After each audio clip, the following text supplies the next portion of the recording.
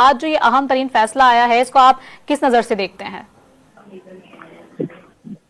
जी, इंतहाई अहम फैसला है ये, और यकीनन इसकी बड़े कॉन्सिक्वेंसेस भी हैं और पॉलिटिकल कॉन्सिक्वेंसेस भी हैं।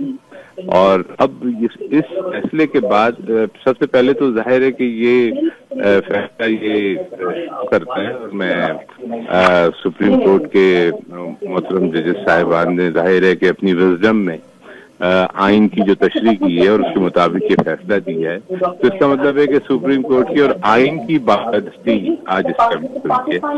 और ये अच्छी बात है कि ये इस तरह ये फैसला आया है।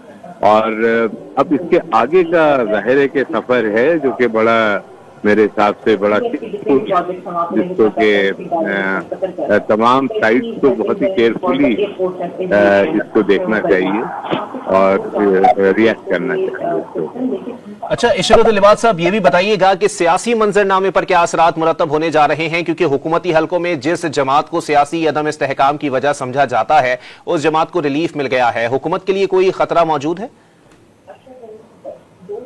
देखिए, अगर नंबर गेम पे आप जाएं तो कोई अभी सरेदस, लेकिन एक्चुअली जिस तरह की सिचुएशन अभी माजी इलेक्शन से लेके अब तक चली है, तो जाहिर है कि आज तक हम इस बात की उम्मीद कर रहे हैं कि मुल्क में इस्तेहकाम आए, स्टेबिलिटी आए, पॉलिटिकल स्टेबिलिटी आए।